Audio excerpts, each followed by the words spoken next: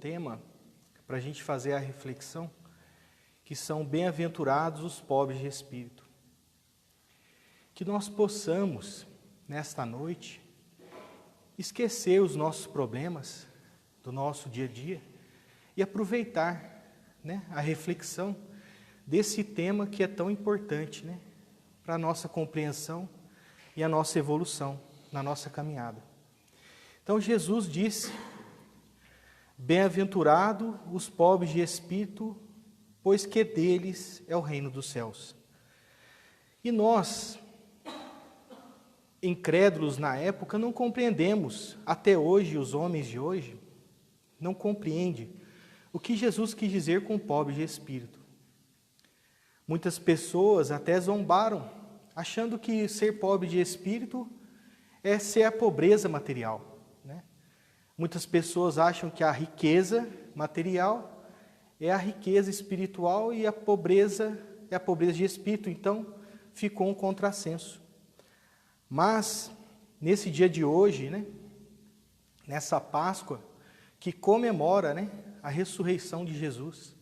Então, Jesus, essa estrela de quinta grandeza, que veio das mais altas esferas espirituais, estar aqui conosco como mestre, como professor, para nos ensinar os ensinamentos morais que nós devemos praticar para nós irmos junto a Ele. O convite que Jesus nos faz é que nós, na nossa evolução espiritual, atinjamos a angelitude.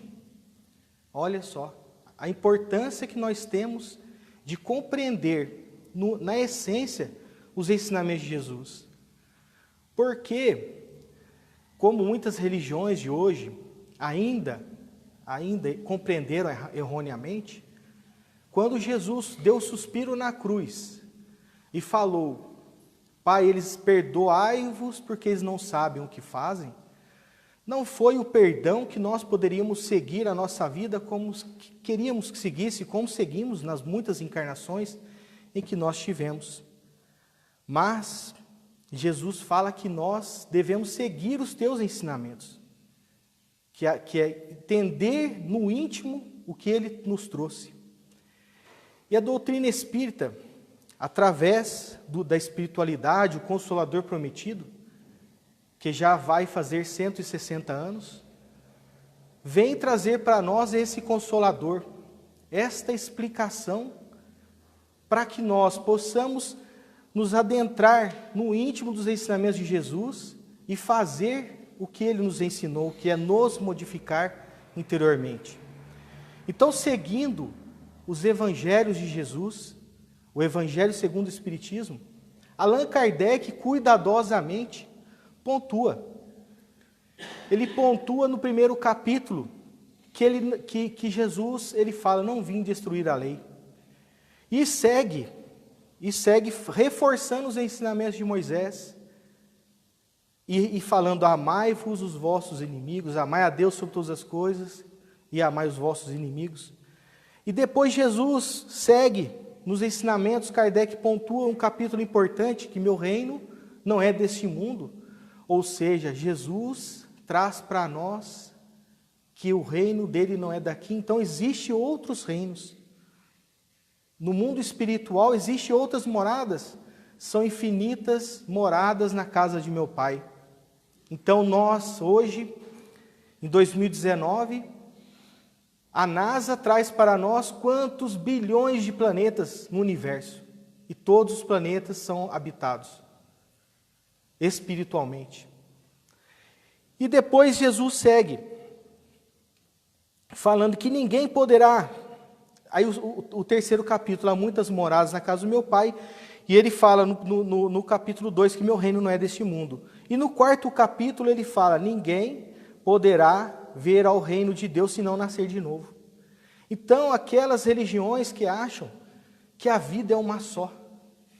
Então, eu vou viver, vou aproveitar, vou usufruir tudo que o mundo material me oferece, não me importando com o próximo, e depois, quando eu entrar no mundo, quando eu morrer, eu vou esperar o juízo final. Mas Jesus, quando no dia de hoje, de Páscoa, que ele ressuscita e se apresenta para nós, ele se apresentou para os seus discípulos, todos estavam cabisbaixos, chateados com a morte de Jesus, e Jesus chega para Pedro e fala: vê as minhas chagas na minha mão. Então Jesus, ele marcou o seu tempo. Hoje o nosso tempo é contado antes e depois de Jesus, porque ele foi o único que veio até aqui, fez todos os milagres, todas as suas explanações, trouxe todos os ensinamentos e disse que seria crucificado e no terceiro dia ele ressuscitaria. E depois, ressuscitado, apresentou aos seus discípulos e fez uma última apresentação para mais de 5.000 pessoas e subiu aos céus. Então, analisando esse contexto, nós pegamos esse tema de hoje, bem-aventurados os pobres de espírito. E Jesus vem nos trazer que a humildade em nosso coração, que é a pobreza de espírito.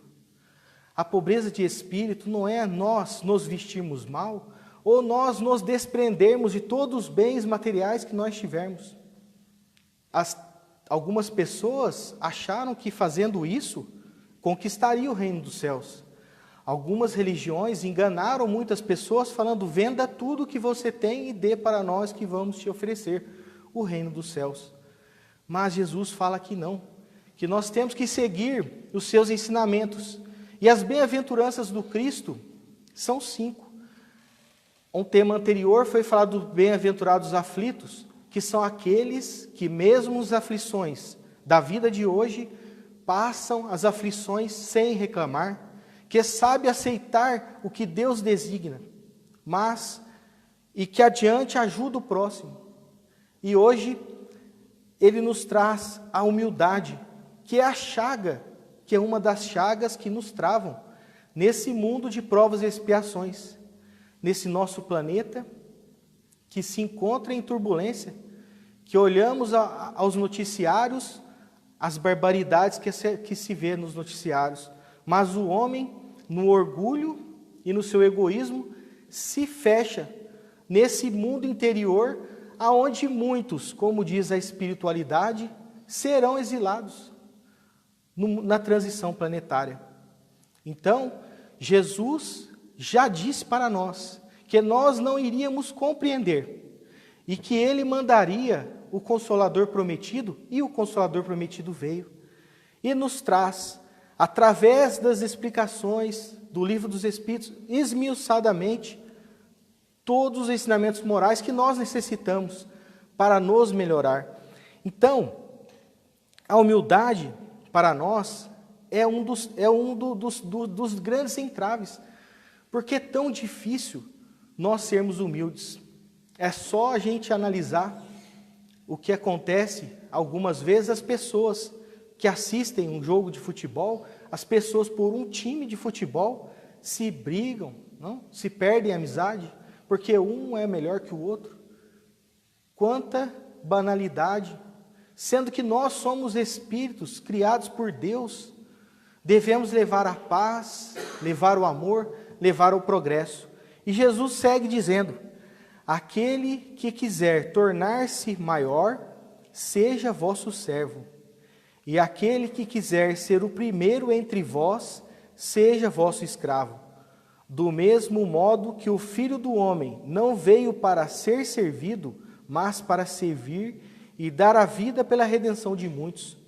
Então, se a gente analisar a humildade de Jesus, Espírito de quinta grandeza, Cristo planetário, responsável, governador do nosso planeta e do nosso sistema planetário, se prepara 1000 anos espiritualmente para estar aqui conosco, e na sua humildade ele lava os pés dos seus apóstolos, ele dá o maior exemplo de humildade para nós. E nós ainda temos dificuldade de praticar a nossa humildade, às vezes, com os nossos familiares, com os nossos parentes, com os nossos amigos. Então, esse é um ponto. E aí, Antes de Jesus estar aqui conosco e trazer esse ensinamento, eu trouxe aqui que Allan Kardec também coloca no primeiro capítulo, um pensador, um filósofo que marcou os tempos, e hoje marca os tempos até hoje, nas grandes universidades. Sócrates dizia: só sei que nada sei, e o fato de saber isto me coloca em vantagem sobre aqueles que acham que sabem alguma coisa. Então, imagina a humildade dele. E aí, a gente começa a analisar a história desse grande filósofo que nasceu há 469 antes de Cristo. Allan Kardec coloca ele como sendo o precursor do cristianismo. E no livro, no Evangelho segundo o Espiritismo, os ensinamentos de Sócrates se casam muito com os ensinamentos da doutrina espírita, porque Sócrates, nascido num berço humilde, com pais, o pai era marmoeiro e a mãe fazia trabalhos de parto, tinha aquele menino humilde que tinha dificuldade para trabalhar com seu pai, para fazer o serviço de mármore. O pai dele esculpia mármore nos templos de Atenas. E naquela dificuldade dele de ajudar o pai dele, ele foi ajudar a sua mãe. E ajudando a mãe a fazer o parto, ele refletindo, naquele momento da criança nascer, ele refletiu: se a criança não nascer, a criança morre e a mãe morre. Então, se o meu pensamento, se eu não der vida no meu pensamento vai morrer e eu vou morrer. Então, Sócrates, naquele pensamento, ele começou a colocar a sua mente, porque ele conseguia criar algo que ninguém criava. Então, ele entrou na Universidade de Atenas e lá, com grandes filósofos da época, ele se despontou. E a pitonisa de Delfos disse que ele, ao momento da sua humildade, ele marcou uma reunião. E a pitonisa de Delfos, a grande médium da época, falou para ele que ele era o homem mais sábio à sua época. O homem mais sábio à sua época. E Sócrates, não aceitando, na sua humildade, ele falou: eu não posso ser o homem mais sábio da minha época, porque eu tenho tantas dúvidas, tantos questionamentos, que eu não consigo entender, eu não sou tão sábio assim. E na sua humildade, Sócrates foi peregrinando por várias pessoas que na época, grandes arquitetos, grandes mestres da época, grandes construtores da época, e ele foi dialogando um a um, para tentar entender se tinha algum sábio que ele conseguia conversar e entender os seus questionamentos.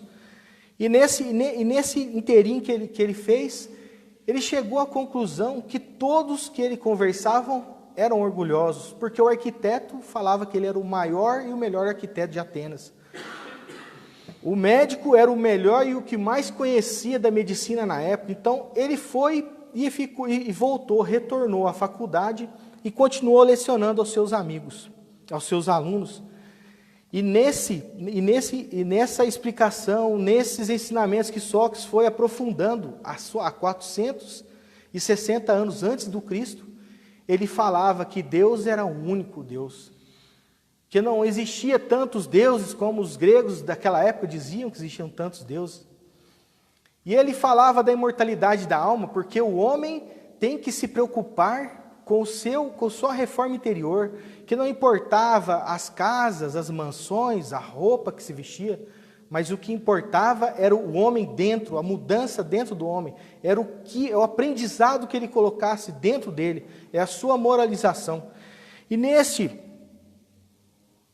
ensinamentos de Sócrates para os seus alunos, ele foi indo contra a política da época, e aí foi condenado a ser expulso de Atenas. Ele não poderia mais frequentar a universidade, seria exilado de Atenas, ou senão ele se tomaria cicuta, que era um veneno, e morreria. Foi condenado à morte, ou ele tinha que se evadir do local.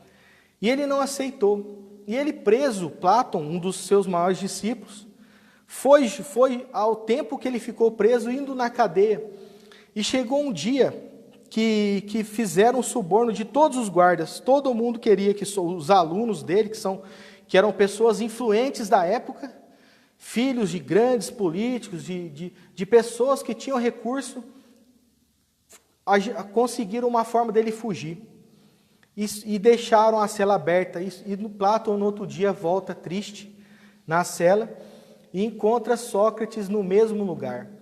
E Sócrates vira e Platão conversa com ele: por que você não fugiu? Ele fala: porque aqui eu não estou preso. Quando eu estou aqui na cela, minha alma se eleva e eu adentro ao mundo espiritual e lá eu continuo. Quem pensa que me prende aqui não me prende, porque aqui é o corpo físico, existe o mundo espiritual.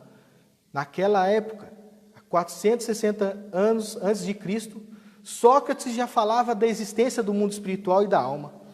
Então, quando ele foi condenado, ele fez um discurso falando justamente isso, que a doutrina espírita agora, e que Jesus a seu tempo já dizia, que o mundo espiritual, que aqui é o mundo material, que nós não devemos dar preocupação às coisas do mundo material, mas que devemos nos preocupar com o que vai nos levar no mundo espiritual, que é a nossa alma. Que aqui tudo vai ficar, tudo vai perecer. E Jesus já nos ensinava. E Sócrates, que era um dos apóstolos do Cristo, já a seu tempo vinha falando isso. E aí, analisando aqui as duas partes importantes que Sócrates trouxe, que está no Evangelho segundo o Espiritismo, é o homem, é uma alma encarnada. Antes da sua encarnação, existia unida aos tipos primórdios, as ideias do verdadeiro, do bem e do belo. Separa-se deles, encarnando e recordando o seu passado. É mais ou menos atormentada pelo desejo de voltar. Então ele fala que o homem é uma alma que encarnou, que estava em outro plano, e quando teve o corpo físico, encarnou e tem uma vontade imensa de voltar para onde que estava. Isso há 469 a.C. E depois, essa é a parte mais importante que Sócrates falava, e Jesus, na sua imensa grandeza, veio nos trazer a importância.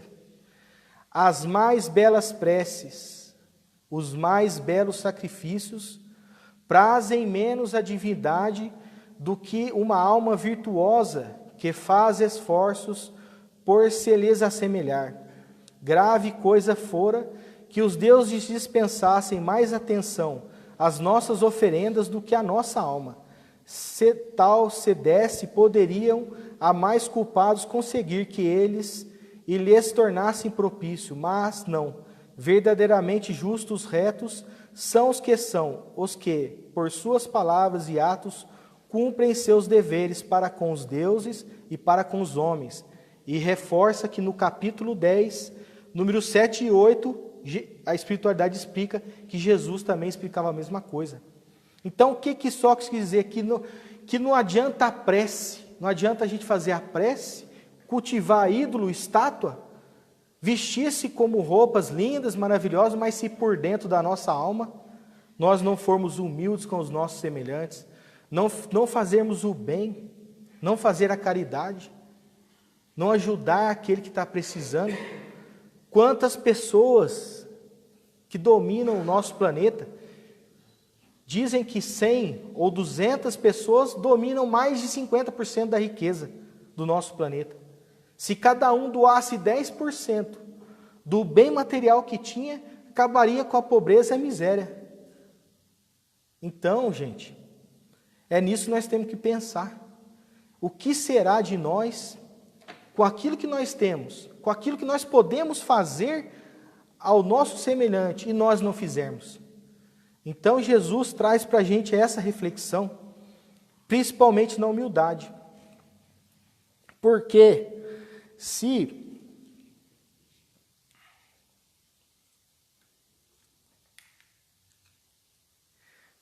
a gente fizer a caridade, ajudar ao próximo, e não tiver humildade, nada valeu. Então, o principal é a humildade, porque a gente tem que ter humildade Porque se nós estamos aqui, no mundo de provas e expiações, numa situação que nós estamos, como que a gente quer se elevar? E Jesus fala, os seus discípulos perguntaram para ele, ele fala, aquele que se eleva será rebaixado. Por esta ocasião os discípulos se aproximaram de Jesus e lhes perguntaram, quem é o maior no reino dos céus? Jesus, chamando assim o menino, o colocou no meio deles e respondeu, digo-vos em verdade, que se não vos converterdes e não tornardes quais crianças, não entrareis no reino dos céus. Aquele, portanto, que se humilhar e se tornar pequeno como esta criança, será o maior no reino dos céus. E aquele que recebe em meu nome a uma criança, tal como acabo de dizer, é a mim mesmo que recebe. Então essa máxima de Jesus é o princípio da humildade que Jesus não cessa de nos apresentar. E ele fala que é essencial para a gente entrar na felicidade prometida dos eleitos do Senhor, para ser o bem-aventurado, o reino dos céus vai pertencer a nós se nós tivermos a simplicidade no nosso coração. Então é uma coisa que nós não conseguiremos atingir as altas esferas espirituais se nós não formos humildes de coração. E aí segue dizendo, nos dias atuais, aí nós voltamos à reflexão, vamos olhar para os dias de hoje, né? O que o orgulho e a nossa falta de humildade pode gerar na nossa profissão, né? O que às vezes a gente, um médico, né, está no hospital e chega uma pessoa e ele não dá atenção, às vezes por causa de ser humilde, porque a pessoa às vezes não tem um falar bonito, um diálogo, não tem uma forma clara de explicar a sua situação, e às vezes um médico não dá aquela atenção que deveria dar para aquela pessoa e faz um diagnóstico errado, prescreve um medicamento errado, ou às vezes aquela equipe de enfermagem, aqueles auxiliares que estão ali auxiliando na cirurgia, e aquela pessoa, porque estudou, tem um conhecimento que a espiritualidade fala que todo conhecimento que nós adquirirmos aqui tem limites estreitos no mundo que nós habitamos. Então, aqueles que estudam muito têm que sim estudar e aproveitar o conhecimento que adquiriram para ajudar o próximo, mas não ter orgulho. Porque às vezes, gente, no nosso orgulho, nós vamos cometendo um erro. E vamos cometendo erros na nossa caminhada e vamos agravando mais a nossa situação. E aí a gente vê também os engenheiros, que agora a gente teve essas coisas que aconteceram há pouco tempo atrás, da represa, né, que se rompeu. E lendo nos noticiários eu me recordo que uma pessoa lá viu no sistema que 5 sensores, no jornal Folha de São Paulo, destacou lá, 5 sensores apresentavam alarme de umidade. E os sensores pisométricos estavam colocados para justamente que se tivesse umidade, era sinal de que tinha infiltração de água e a barragem estava prestes a romper. E as pessoas fizeram um e-mail, simples, um e-mail, mandou para alguém, falando que aquilo tinha um problema, talvez era um problema, 5 sensores tinham um problema. Será que a gente não tinha que ter uma humildade de chegar numa situação dessa, olhar um sensor desse e falar, olha, eu não sei. Às vezes você pode ser um engenheiro, pode ser um gerente, pode ser um responsável ali, mas você não sabe como que você tem que ter a humildade de falar, eu não sei, 5 sensores parou de funcionar, eu não posso falar que é um problema do sensor. Eu tenho que chegar e levantar a bandeira e falar, eu não sei o que é isso aqui, preciso de ajuda, né? Então, às vezes, uma pessoa que talvez não tinha culpa, né? Não tinha culpa, podia ter salvado vidas também. Isso é uma situação que tem vários outros envolvidos nesse caso aí. Mas talvez uma humildade desse profissional poderia ter também disparado um alarme, poderia. Então é uma sequência de erros, né, que a gente vai cometendo.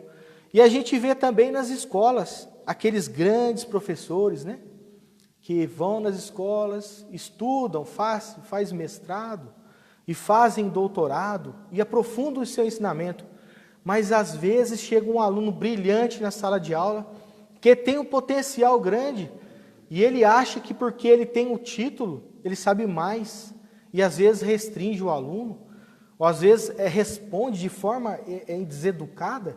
Às vezes um aluno faz uma pergunta inteligente, interessante, mas que às vezes o professor não sabe responder, e responde, às vezes, humilhando aquela pessoa.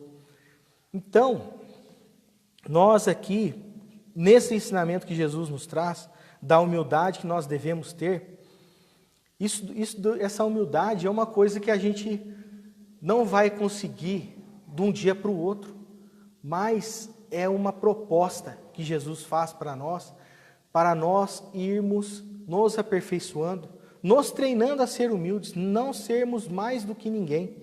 Nós não podemos colocar que nós somos melhores do que ninguém. Mesmo se a gente se achar que nós formos melhores, nós não podemos colocar nessa situação. Porque depois a situação complica para nós quando entrarmos no mundo espiritual. Porque se Jesus já coloca na sua proposta que para adentrar ao reino dos céus, para atingir as bem-aventuranças, nós temos que ser humildes. Você imagina se a gente voltar, como disse aqui um palestrante, e isso é o que de fato que acontece, se nós não aproveitarmos a nossa encarnação aqui, para nós fazermos as mudanças, os nossos problemas que nós temos que resolver. Voltaremos ao mundo espiritual às vezes da mesma forma que aqui viemos. E aí, Jesus fala, no livro dos Espíritos fala, da missão do homem inteligente na terra.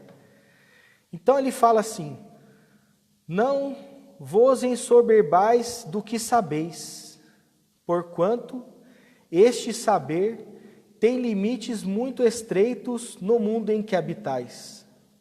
Suponhamos que sejais sumidades em inteligência nesse planeta, nenhum direito tendes de envaidecer-vos. Se Deus, em seus desígnios, vos fez nascer no meio aonde pudesse desenvolver a vossa inteligência, é que quer que a utilize para o bem de todos. É uma missão que vos dá, pondo-vos nas vossas mãos um instrumento com que podeis desenvolver, por vossa vez, as inteligências retardatárias e conduzi-las a ele. A natureza do instrumento não está a indicar a que utilização deve prestar-se. A enxada que um jardineiro entrega a seu ajudante não mostra a este o último que lhe cumpre cavar a terra.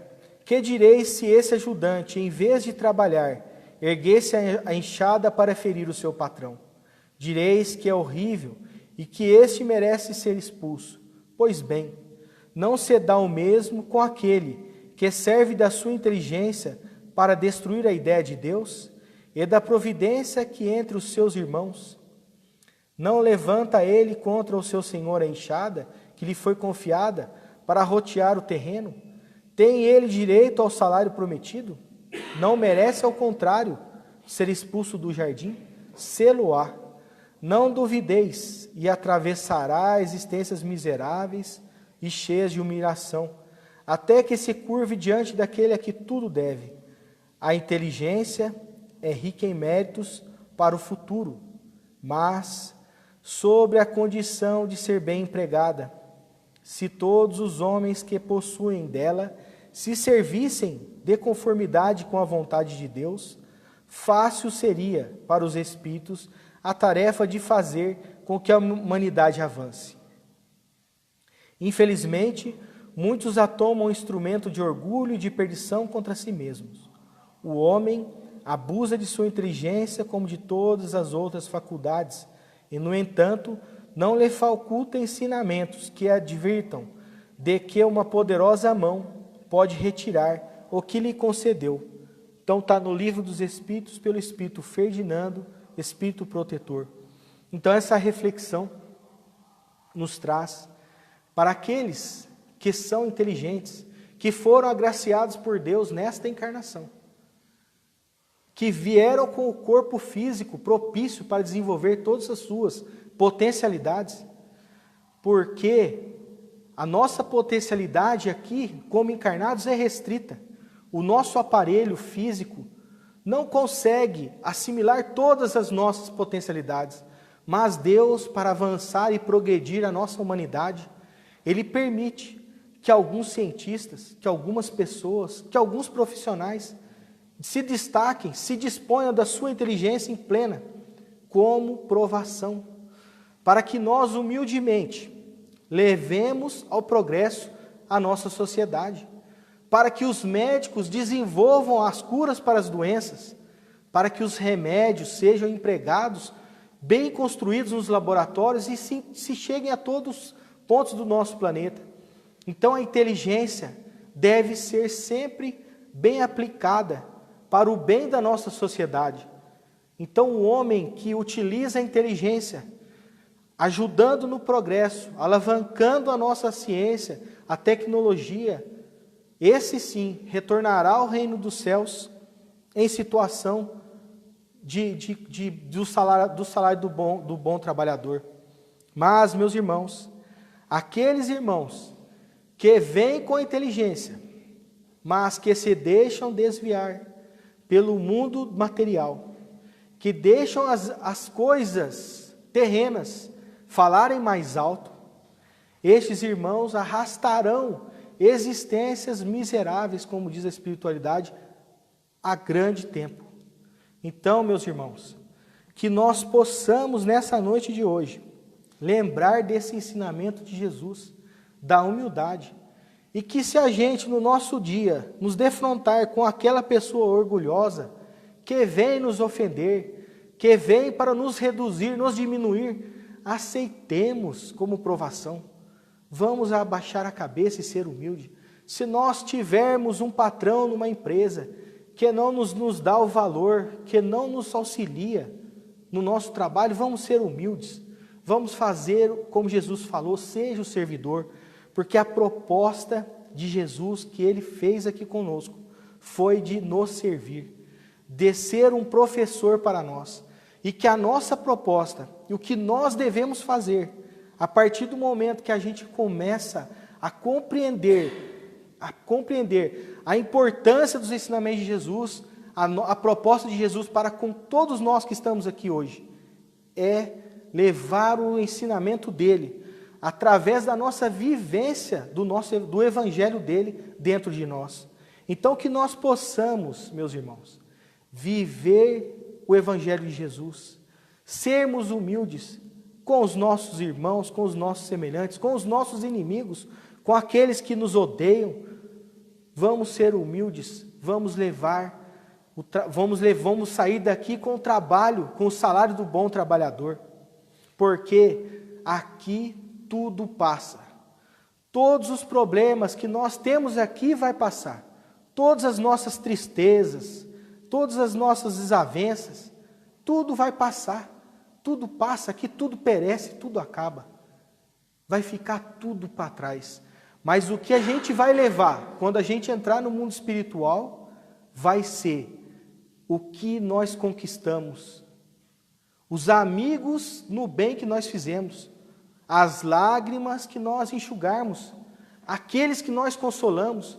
O filho problemático que nós levantamos. Aquele vizinho que nós fizemos a amizade e hoje está conosco.